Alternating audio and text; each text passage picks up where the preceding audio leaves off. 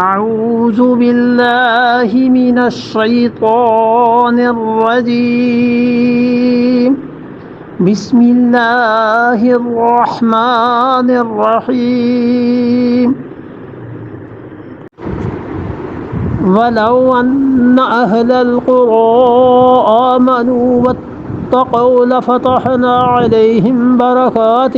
من السماء والأرض ولكن كذبوا فأخذناهم بما كانوا يكسبون ولو ان اہل القرى، اور اگر یہ بستیوں والے، کون بستیوں والے؟ یہ مکہ مکرمہ والے نہ، ولو ان اہل القرى وہ آبادیاں جہاں پہ انبیاء علیہ السلام آئے، یہ 5 قصے جو تم سن چکے ہو، یہ بستیوں والے آمنو ایمان لاتے، واتقوا اور بچتے اللہ کے ساتھ شرک سے، یہاں تقویٰ شرک سے بچنا، اللہ کی توحید کے قائل ہوتے، لفتحنا علیہم تو ہم ان پر کھول دیتے،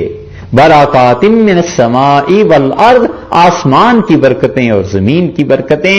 اگر یہ لوگ بچتے شرک سے، یا یہ کہ دوسری تفسیر کی گئی ہے ان تمام چیزوں سے جو اللہ نے حرام قرار دی ہیں، تو اللہ تعالیٰ کیا کرتا؟ آسمان سے برکتیں نازل کرتا، زمین سے برکتیں نازل کرتا، زمین سے برکتیں انہیں دے دیتا اور آسمان سے نازل کرتا، خدا اتنا کچھ انہیں دیتا۔ اس سے معلوم ہوتا ہے کہ جو انسان ایمان پہ ہو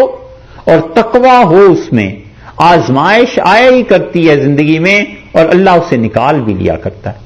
ولیکن کذبوا، لیکن انہوں نے جھٹلایا انبیاء علیہ السلام کو، فاخذناہم سو ہم نے پکڑا، پھر دیکھا اللہ کی پکڑ کیسی ہوئی،